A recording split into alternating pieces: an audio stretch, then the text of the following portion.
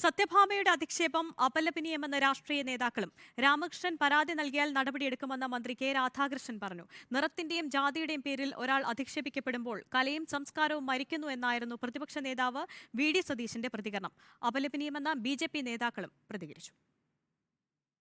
സത്യഭാമയുടെ പ്രസ്താവനയെ അപലപിച്ച മന്ത്രി കെ രാധാകൃഷ്ണൻ കലയെ സ്നേഹിക്കുന്നവരുടെ മനസ്സ് ഇത്ര ഹീനമായി ചിന്തിക്കരുതെന്നും കുറ്റപ്പെടുത്തി. കലയെ സ്നേഹിക്കുന്ന ആളുകളുടെ മനസ്സ് കുറെ കൂടി ശുദ്ധമായിരിക്കണം.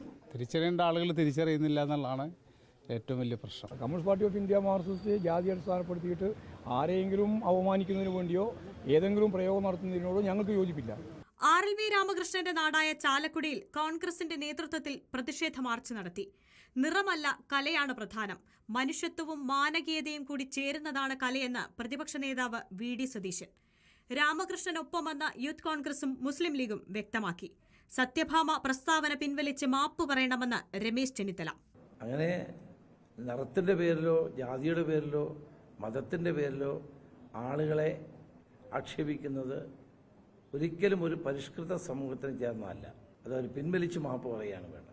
കലയ്ക്ക് നിറമുൾപ്പെടെ ഒന്നിലും വിവേചനമില്ലെന്നും പ്രസ്താവന പ്രതിഷേധാർഹമെന്നും ബി.ജെ.പി. സംസ്ഥാന അധ്യക്ഷൻ കെ സുരേന്ദ്രൻ പ്രതികരിച്ചു. അധിക്ഷേപം അംഗീകരിക്കാനാകില്ലെന്നും നേതാക്കൾ. ഒരു കാരണവശാലും അംഗീകരിക്കാൻ സാധ്യമല്ല. ഇതിൽ വംശവെറി, വർണ്ണവെറി എന്നൊക്കെയാണ് ഈ പരാമർശത്തെക്കുറിച്ച് പറയാനുള്ളത്.